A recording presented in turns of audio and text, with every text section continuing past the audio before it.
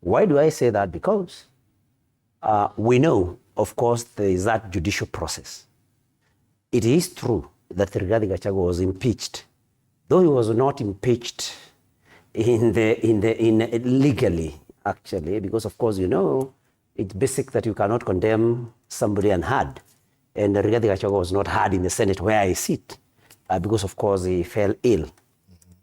So what you're saying, why I need to mention that is because when Ruku, who is on the government side, says that Rigathi Gachagua will not run, then he is telling the nation that they have taken control of the judiciary and that they know well in advance that the judiciary will rule against Rigathi Gachagua.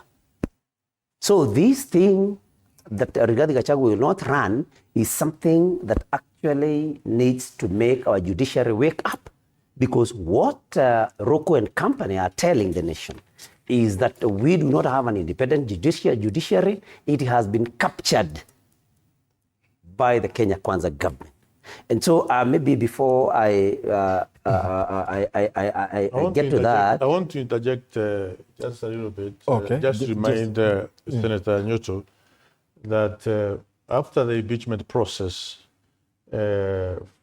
went from the National Assembly to the Senate, there was a court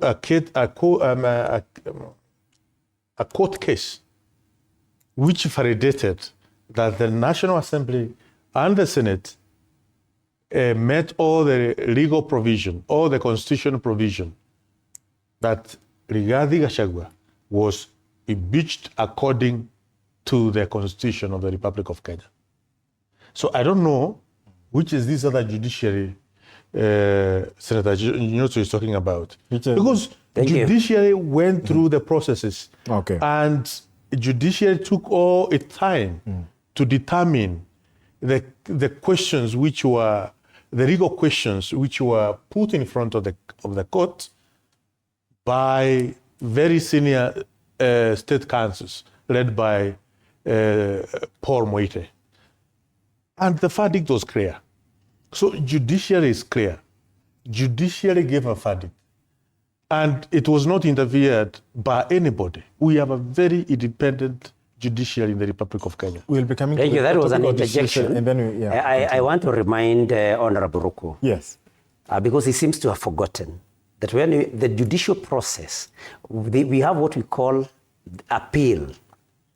That decision that he's talking about was decided at the level, I think, of the High Court.